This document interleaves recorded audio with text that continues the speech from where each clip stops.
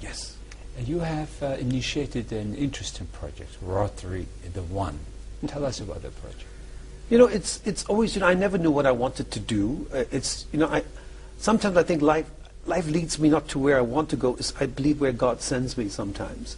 This invisible God who moves us all in different mysterious direction. I'm a very zealous business person.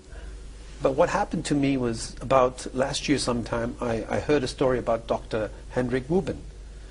I've never met the man. I'd love to meet this man. But this man so inspired me, and he's in that catalog. He so inspired me. He just left the conference of Germany to go to Africa. He wanted to help people in need. And everybody knows Africa is like got to be the worst place in the world for having problems. So he went there. He joined the hospital.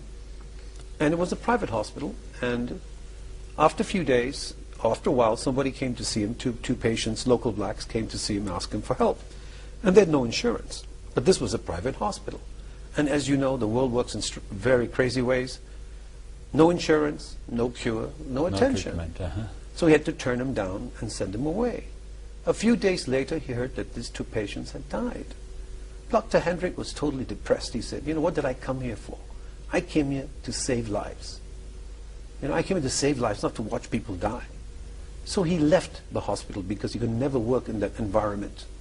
And he joined the United Nations, which offered him $8,000 US, a house and a car. It's a lot of money in a country. He went to Namibia, which is a very poor country where people live on $1 to $2 a day.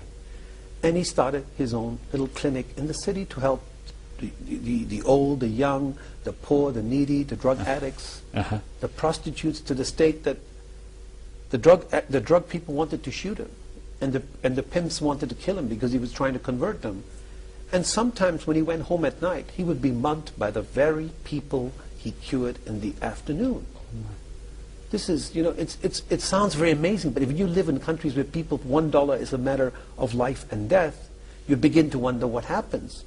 Well, Dr. Rubin didn't leave. The next morning, he went right back to work.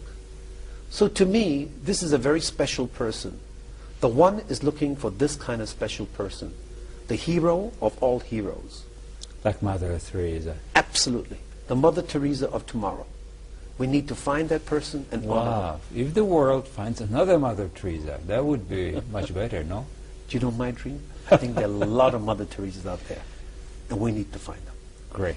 That's very interesting. I started the project, The One, and I've arranged the money for 3 years for this project. Not because I'm not going to be governor next year, but I want to show that we have to think 3 years. So you're working with the next governor? No, I've arranged the funds for this project for 3 years. No governor has ever done that before. Every governor starts a project and finishes in his year, or leaves, or suggests they continue the project and do their own fundraising in their year. I don't want my other governors who are following me to be stuck with something. I want to create projects, and I want to create fundraising with major corporations backing us, and so we can have a continuous project. Because if I can do a good job, the next governor will do better. So you are looking for the hero of modern world who is devoting himself or herself to the causes of other people's living, making it better. Very simple. Service above self. Service above yourself. This is the principles of Rotary. So, how successful you are in this mission? We've just launched the website, and we have actually, I've talked to, you know, there are 530 governors in the world.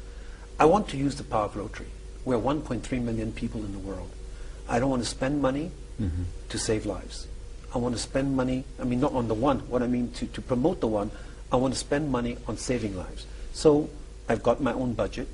I've got donations from my friends. Our family will sustain a ball every year. On the money raised that night, which I reckon would be at least 100,000 US or above, will be used to sustain the project every year, the cost of promotion. The prize money is 50,000 US. I've convinced a very good friend of mine called Richard Ellman. He is the CEO of a group called Noble Group, which is the largest commodity company in Asia, 19% owned by Chinese government.